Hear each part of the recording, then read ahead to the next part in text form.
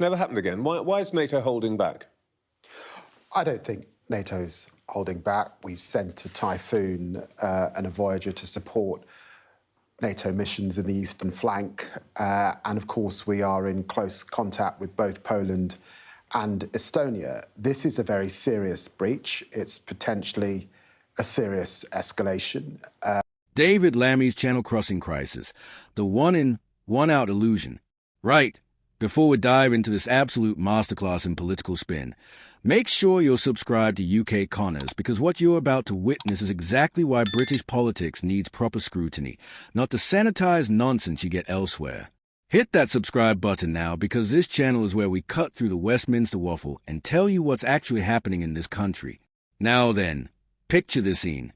David Lammy, our Deputy Prime Minister no less, sitting across from Sky's Trevor Phillips on a Sunday morning, probably nursing his coffee and thinking is about to have a nice, gentle chat about Labour's latest policy triumph. Instead, what he got was an absolute evisceration that left him looking like a deer caught in headlights, desperately scrambling for talking points that might make sense to anyone, who wasn't paying attention to the actual numbers. The issue at hand? Labour's much-vaunted migrant returns deal with France, which they've been trumpeting as some sort of breakthrough in tackling the small boats crisis. But here's the thing about political spin. It only works until someone asks you to explain the mathematics behind your miraculous solution. And when Trevor Phillips did exactly that, Lammy's carefully constructed narrative fell apart faster than a cheap umbrella in a British storm. Let's start with a headline figure that should make every taxpayer's blood boil. Labour's one-in, one-out deal with France is actually delivering 31,000 in and 3 out. 3. Not 3,000, not 300. 3 human beings, out of over 30,000 who've made the journey across the Channel this year alone. That's not a policy, that's a statistical rounding error with a fancy marketing name attached to it. Phillips pressed Lammy on this jaw-dropping disparity, asking why anyone getting into one of those boats should be remotely concerned about being sent back when the probability is roughly 1 in 20. In other words, if you're a migrant calculating your odds, you've got a 95% chance of staying put once you reach British shores. Those aren't deterrent numbers. Those are practically an invitation with a money-back guarantee. But Lammy's response was classic New Labour deflection, wasn't it? First, blame Brexit. Always blame Brexit. According to our Deputy PM, the root of the problem is that we left the Dublin regulation, which supposedly allowed EU members to return failed asylum seekers to other countries in the bloc. Convenient narrative, except for one tiny detail he hoped you wouldn't notice. In the final 2 years of our Dublin regulation membership, more people were coming to Britain than leaving. So even when we had access to the supposedly wonderful system, it wasn't actually working in our favour. But why let facts get in the way of a good Brexit-bashing session? Then came the classic politician's gambit of moving the goalposts. When confronted with the pathetic returns figures, Lammy pivoted to boasting about overall returns being up 14%, with 35,000 people returned.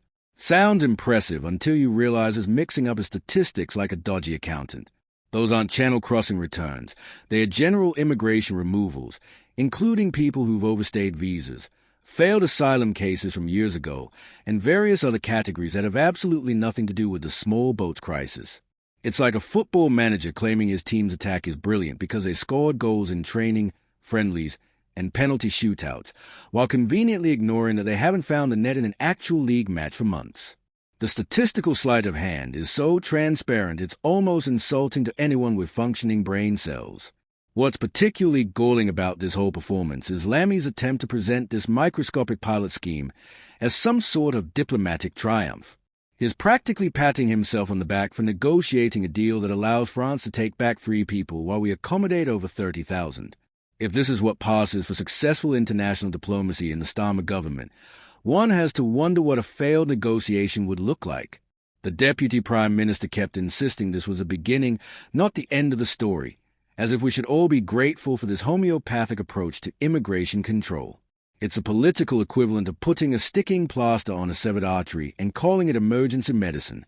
The scale of the problem versus the scale of the solution is so absurdly mismatched that it borders on comedic if the consequences weren't so serious. Let's talk about those consequences for a moment, because while Lammy was spinning his statistics on Sunday morning television, real people were risking their lives in the Channel. Over 1,000 migrants crossed on Friday alone, bringing the total for this point in the year to over 32,000. That's a record, by the way, not the sort of record any government should be celebrating, but here we are. Each of these crossings represents not just a failure of policy, but a human tragedy waiting to happen. People are dying in these waters because criminal gangs have correctly calculated that the British government's bark is considerably worse than its bite. When your deportation rate is effectively 0%, when your tough new policy manages to remove 3 people out of 30,000, you're not deterring anyone. You're advertising your ineffectiveness with a megaphone. Phillips didn't let Lammy off the hook on this point either, pressing him on why anyone would be deterred by such pathetic odds.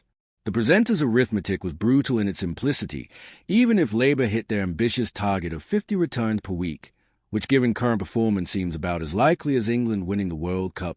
The probability of any individual migrant being returned would still be around 1 in 20. Those are lottery odds, not deportation risks. Lammy's response to this mathematical reality check was to retreat into the comfort zone of political cliches. He acknowledged the situation was frustrating and deeply disturbing, the sort of meaningless sympathy speak that politicians deploy when they haven't got any actual solutions to offer. It's the governmental equivalent of thoughts and prayers.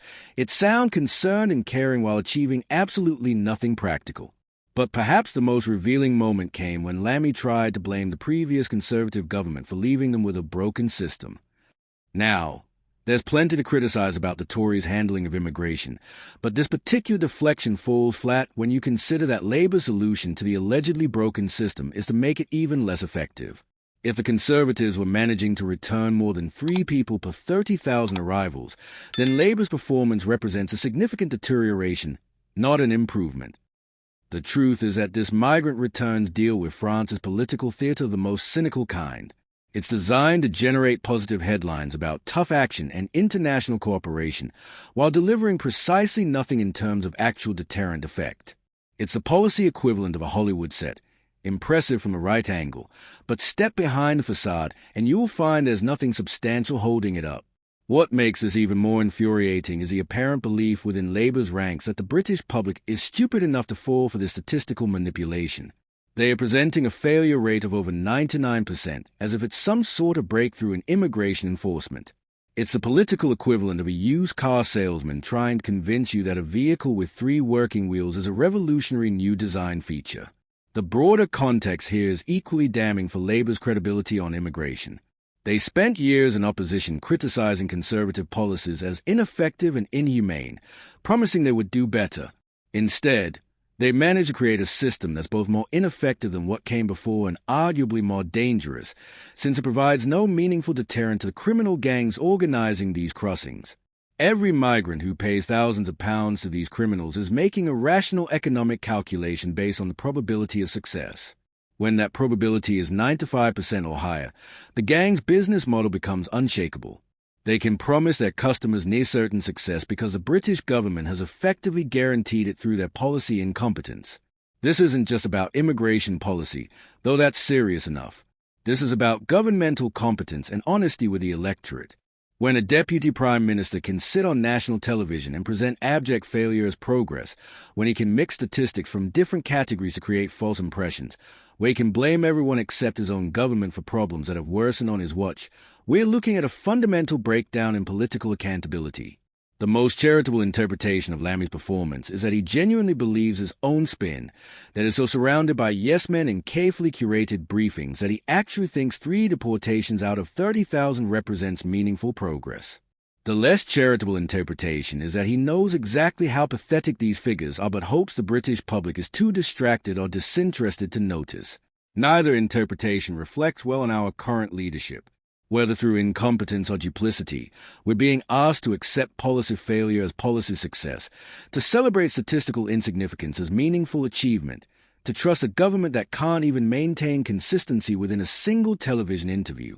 The implications extend far beyond immigration policy. If this is how Labour approaches one of the most visible and politically sensitive issues of our time, what confidence can we have in their handling of the economy, healthcare, education, or any other area of governance?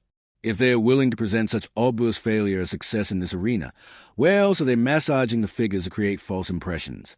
Trevor Phillips deserves credit for not letting these statistical games pass unchallenged.